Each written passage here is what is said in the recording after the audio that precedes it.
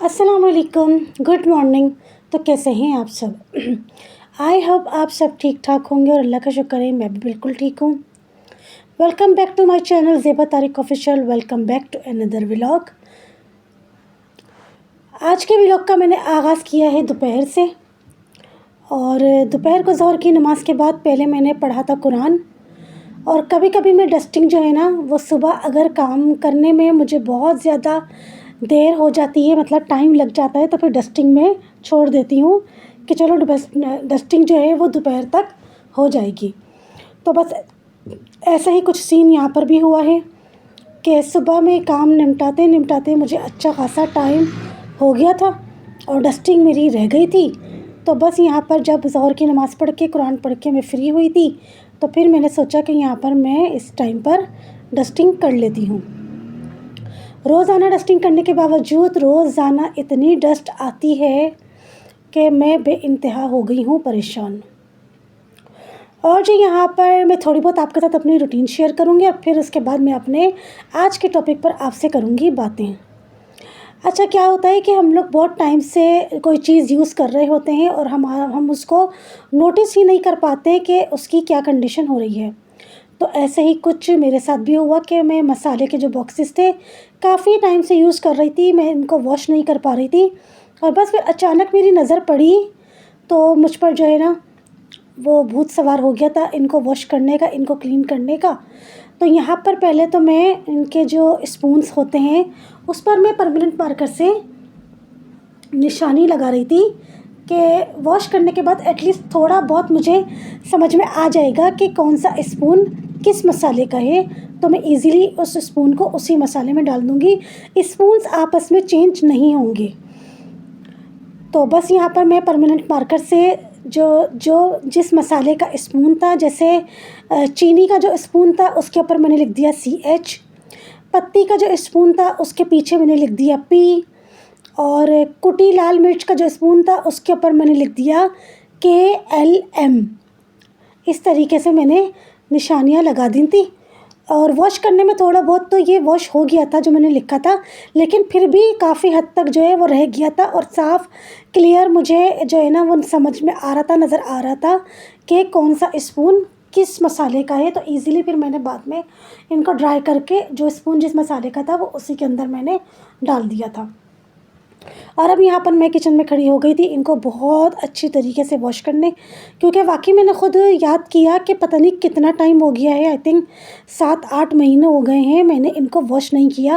और फिर क्या होता है कि जब हम कुकिंग कर रहे होते हैं ना, तो हमारे जो हाथ गीले होते हैं, कभी इसमें जाता है हाथ कभी उसमें जाता है हाथ, तो वो गीले हाथ जब इनके ऊपर लगते हैं ना तो फिर वो धब्बे आते चले जाते हैं और हम लोग जो है ना उसको मतलब छोड़ते चले जाते हैं। और फिर बाद में जब थोड़ा ज़्यादा हो जाता है तो फिर हमको फ़ील होता है कि ये ज़्यादा ही कुछ निशान इस पर आ गए हैं, तो क्यों ना अब इनको क्लीन किया जाए। तो बस ऐसे ही कुछ आज मेरे साथ भी सीन हुआ। असल में सीन हुआ था इसके साथ, ये जो मसाले रखने का स्टैंड है ना, इसके ऊपर मुझे काफ़ी ना डस्ट के निशान, मैल सा ना नज़र आया। इसको देखकर मुझे वो हुआ था, एहसास हुआ था कि मुझे इनको पूरा जो मसाले का स्टैंड है, जो मसाले के बॉक्सेस हैं, इनको मुझे अच्छी तरीके से वॉश करना चाहिए। मुझे याद पड़ रहा है कि पिछले साल पता नहीं मैंने कौन से महीने में वॉश किया था, मुझे याद भी नहीं आ रहा, लेकिन जहाँ तक मेरा ख़्याल है कि 7 से 8 महीने तो हो ही गए थे। तो बस यहाँ पर अब मैं इनको वॉश कर रही हूँ और वॉश करने के बाद बहुत अच्छी मतलब ड्राई होने के लिए छोड़ दूँगी। और जब सारे मसाले के बॉक्सेस ड्राई हो जाएंगे तो फिर उन सबको मैं वापस इसके अंदर डाल के रख दूँगी। और जी शावरमा तो माशाल्लाह बहुत ही टेस्टी बन गए। आज फिर दोबारा क्यों आप लोगों से बात कर रही हूँ शावरमे की, क्योंकि मेरा ख़ुद का ना तो दिल भरा है और ना ही मेरी ख़ुद की नीयत भरी है। मेरा दिल चाह रहा है मैं इस सैटरडे को फिर दोबारा चिकन मंगवाऊँ और मैदा मंगवाऊँ और ख़ुद से फिर दोबारा बनाऊँ शावरमा।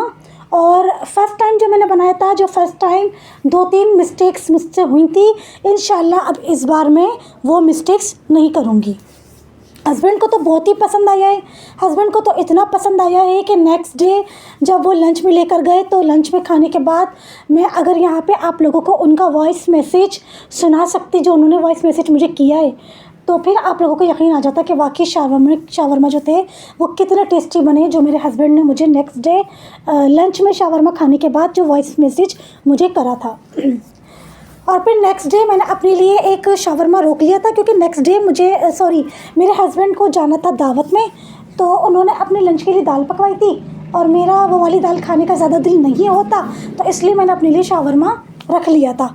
और जिस टाइम पर मैं शावरमा खा रही थी मुझे पता ही नहीं था, मेरे हस्बैंड मुझे खड़े होकर देख रहे थे और उनके मुंह में इतना पानी आ रहा था कि आखिरकार को जब मेरी नज़र पड़ी ना अपने हस्बैंड के ऊपर, तो फिर मैंने अपना जो शावरमा था ना वो बचाकर अपने हस्बैंड को दे दिया।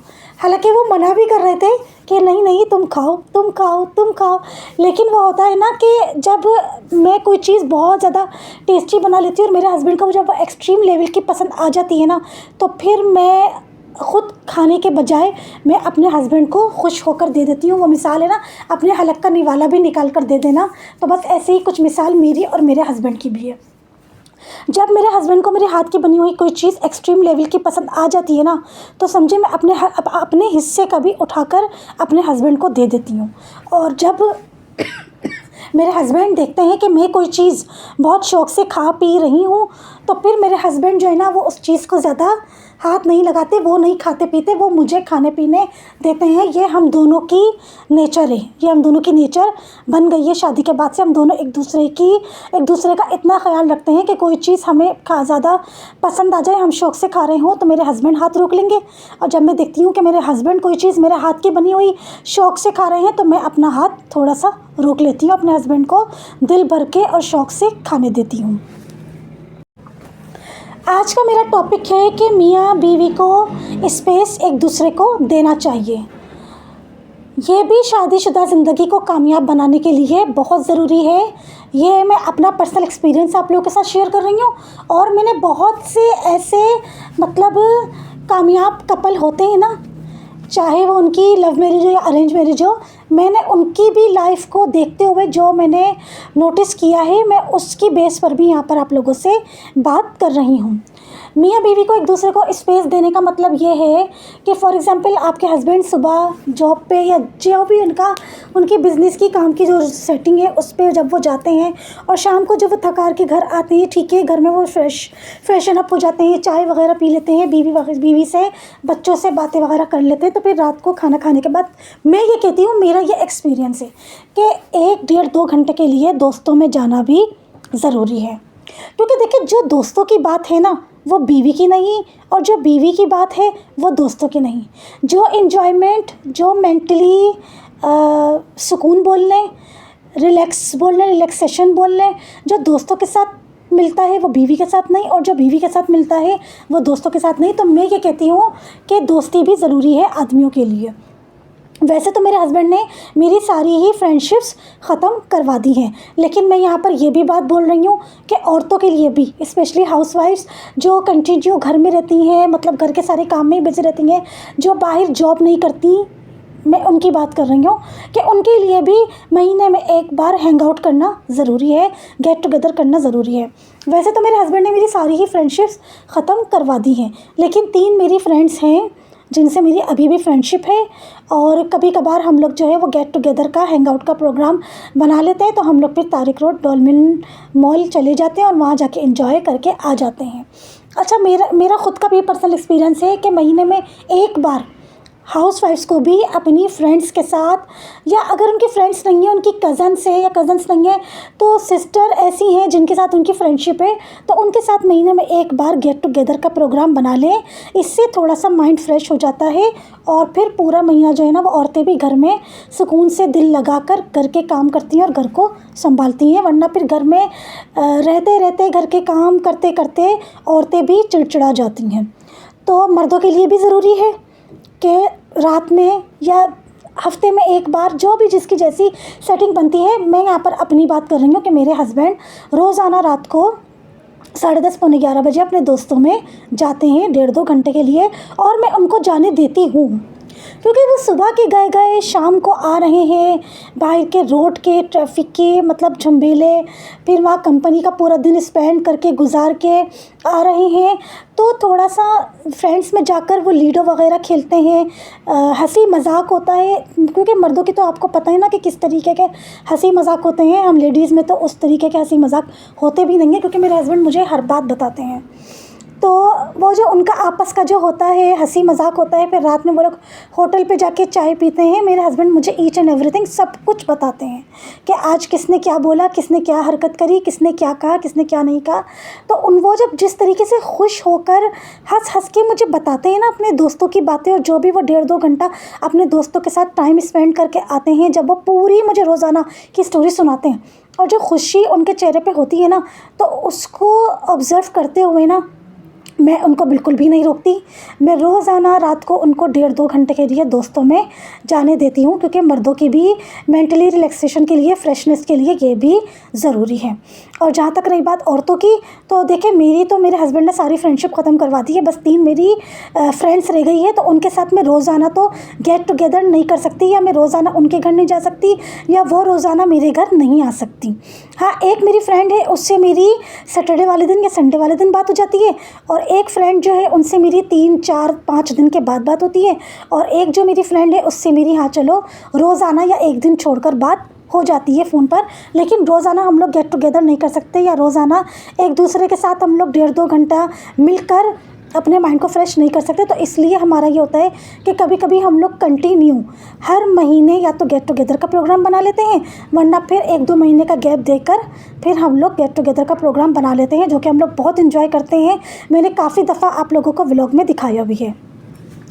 और जी गैस की वजह से थक हार कर आखिरकार को मैंने अवन मंगवा लिया पुराने वाले घर से, क्योंकि सुबह में आजकल आप देख रहे हैं कि सर्दी है, और जो मेरे हस्बैंड का टिफ़िन होता है ना, लंच बॉक्स, वो ऐसा है कि उसके अंदर ठंडा खाना डालो तो खाना ठंडा रहता है, और गर्म डालो तो गर्म रहता है। तो मेरा थोड़ा सा दिल ना अंदर से फ़िक्रमंद हो रहा था कि ठंडा खाना फ्रिज का रखा हुआ डालती हूँ, वो ठंडा ही मेरे हस्बैंड को खाना पड़ता है। तो मैंने और भी गैस का बहाना बनाकर पुराने वाले घर से ये अपना अवन जो है वो मंगवा लिया, और यहाँ पर मैं अपने हस्बैंड को गर्म करके दे रही थी निहारी। जिस दिन मैंने निहारी बनाई थी ना, उसकी नेक्स्ट मॉर्निंग सुबह 4:30 बजे मैं अपने हस्बैंड के लिए अवन में निहारी गर्म कर रही थी, क्योंकि वैसे भी निहारी तो जमी हुई ठंडी ठंडी खाने में मज़ा नहीं आता, निहारी तो गरम गरम ही खाने में मज़ा आता है। तो गैस का बहाना बनाकर मैंने अपने हस्बैंड के लिए जो है ना वो स्पेशली अवन मंगवा लिया है, कि गैस नहीं आ रही होती है, रात में ठंडा खाना खाना पड़ता है। तो अगर कोशिश करेंगे तो कि गैस आ रही है तो गैस पे ही खाना गर्म हो जाएगा, और अगर गैस नहीं आ रही होगी तो बहुत मजबूरी में जाकर अवन में गर्म कर लेंगे। ये मैंने बहाना बनाया था, जबकि यकीन माने इस अवन में सिर्फ एक दफ़ा जो मैंने लास्ट वीक मटर पुलाव बनाया था ना, बस वही गर्म किया है अपने लिए, वरना इसको मैं अपने हस्बैंड के लिए ही यूज़ करती हूँ। 5 मिनट के लिए ऑन कर देती हूँ, और उनके टिफ़िन जो होता है उसके अंदर उनका लंच डालकर उसको यहाँ रख देती हूँ, और 5 मिनट में वो गर्म हो जाता है। बस ये सिर्फ़ और सिर्फ मैं 5 मिनट के लिए यूज़ कर रही हूँ, क्योंकि अवन माइक्रोवेव दोनों चीज़ें जो है ना वो 1000 वाट की हैं, और इससे बिल बहुत ज़्यादा आता है। अच्छा, बहुत से लोग तो देख के बोल रहे होंगे कि माइक्रोवेव में गर्म होता है, ये अवन में गर्म कर रही हैं। तो जी मेरे पास दोनों चीज़ें हैं, मेरे पास माइक्रोवेव भी है, मेरे पास अवन भी है, लेकिन माइक्रोवेव मेरा ऐसे का ऐसे ही पड़ा हुआ है, मैंने अभी तक उसको हाथ भी नहीं लगाया। इसको मैं काफ़ी दफ़ा यूज़ कर चुकी हूँ, मुझे इसकी आदत है, तो मैं इसी में गर्म भी कर लेती हूँ।